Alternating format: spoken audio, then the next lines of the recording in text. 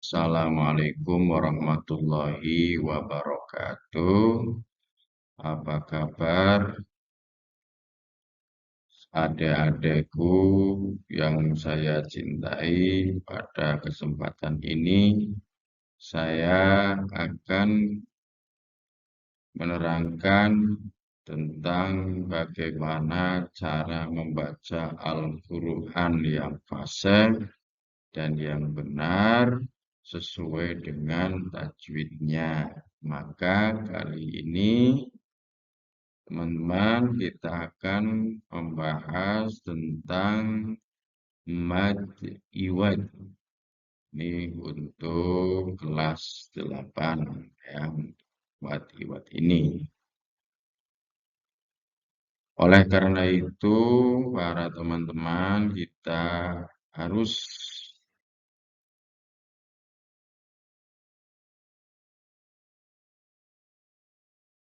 mempelajarinya dengan benar dan dengan fasih. Sebelum belajar, mari kita membaca doa belajar agar kita diberikan kemudahan, kelancaran dalam memahaminya.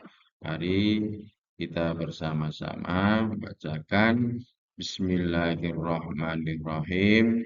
Nawaitu ta'alluma wa ta'lima wa tadzakkura wa tadzkira wan naf'a wal intifa'a wal ifadata wal istifadata wal hassa ala tamassuki bi kitabillahi wa sunnati rusulihi wad du'a ilal huda wad dilalata alal khairi ibtigha'a wajhillahi wa mardatihi wa qurbihi wa sawabihi.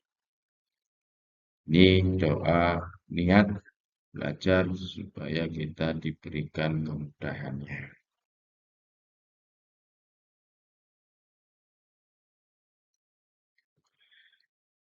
Tujuan pembelajaran tadi ada sampaikan tentang ilmu tajwid yang mana kita harus mempelajarinya biar dalam membaca Al-Quran itu tidak salah panjang pendeknya karena bisa menjadikan artinya juga berbeda.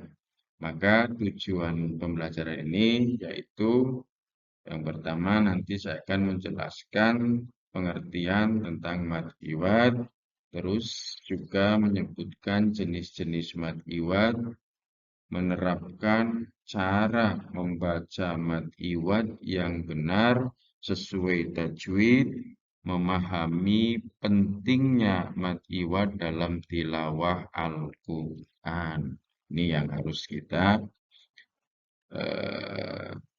pelajari. Untuk selanjutnya, yaitu adalah tentang bagaimana kita dalam membaca Al-Quran yang benar, yaitu adalah menganalisis hukum tajwid dalam bacaan Al-Quran, juga bagaimana mengamalkan hukum tajwid pada Al-Quran. Terus selanjutnya tentang mad itu, apa itu mad iwad? Kalau kita pahami, mad iwad adalah jenis mad yang terjadi ketika ada huruf yang berharokat kasroh dalam kurung fathah atau dhammah, tetapi dipanjang mad karena adanya suatu kondisi tertentu dalam tilawah Al-Quran. Contoh mad iwad muncul ketika terdapat huruf alif atau ya dalam bacaan. Pada mad iwad biasanya ada perubahan suara panjang yang memberi pengaruh pada bacaan Al-Quran, terutama dalam panjangnya bacaan. Lalu membantu agar bacaan lebih jelas dan benar sesuai dengan hukum tajwid. Ini yang harus kita pahami betul, ya, apa itu mad.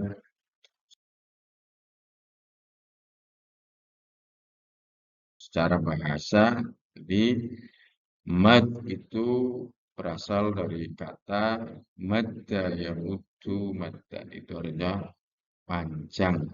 Sedangkan iwad artinya menggantikan.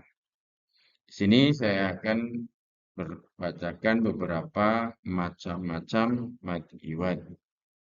Yang pertama adalah mad iwad alif atau mad iwad alif ini terjadi pada huruf alif setelah huruf yang berharokat kasroh atau fathah, itu yang pertama.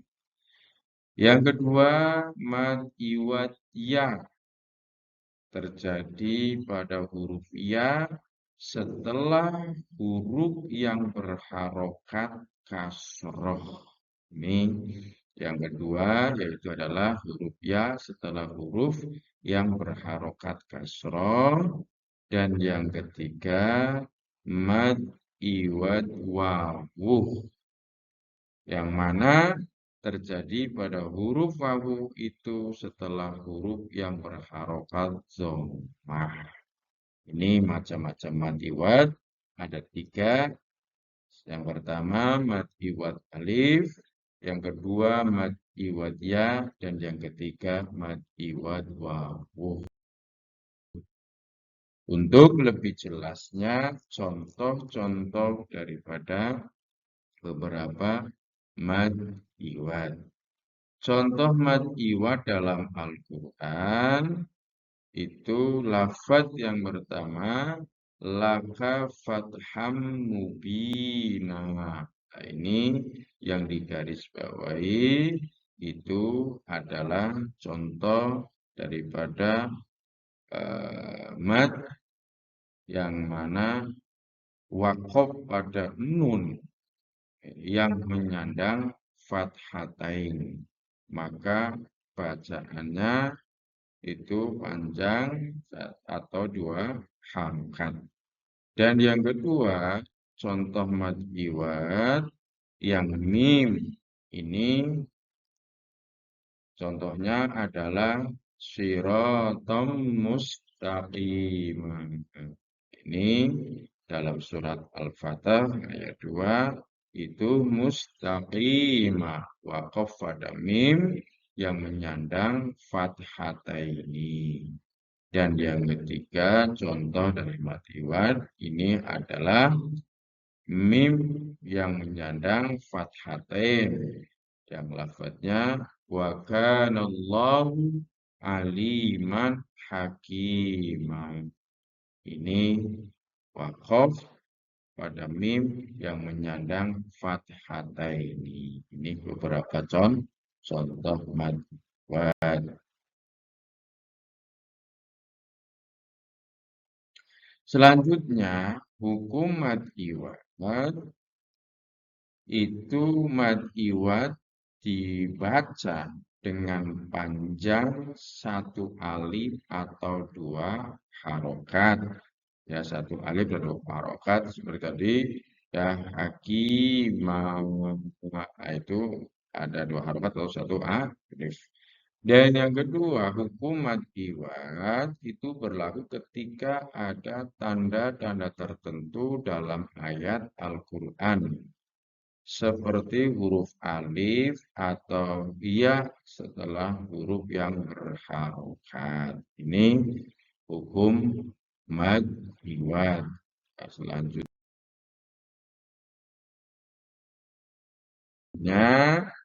langkah-langkah membaca mad iwad. Yang pertama, mengenali huruf yang menggunakan mad iwad. Jadi untuk langkah membaca matiwat yang pertama adalah mengenali huruf yang menggunakan matiwat. Lihat apakah setelah huruf terdapat kasroh. Jadi kita harus melihat apakah itu setelah ada huruf kasroh. Dan yang kedua, langkah yang kedua dalam baca matiwat itu adalah pastikan posisi matiwat setelah huruf kasroh.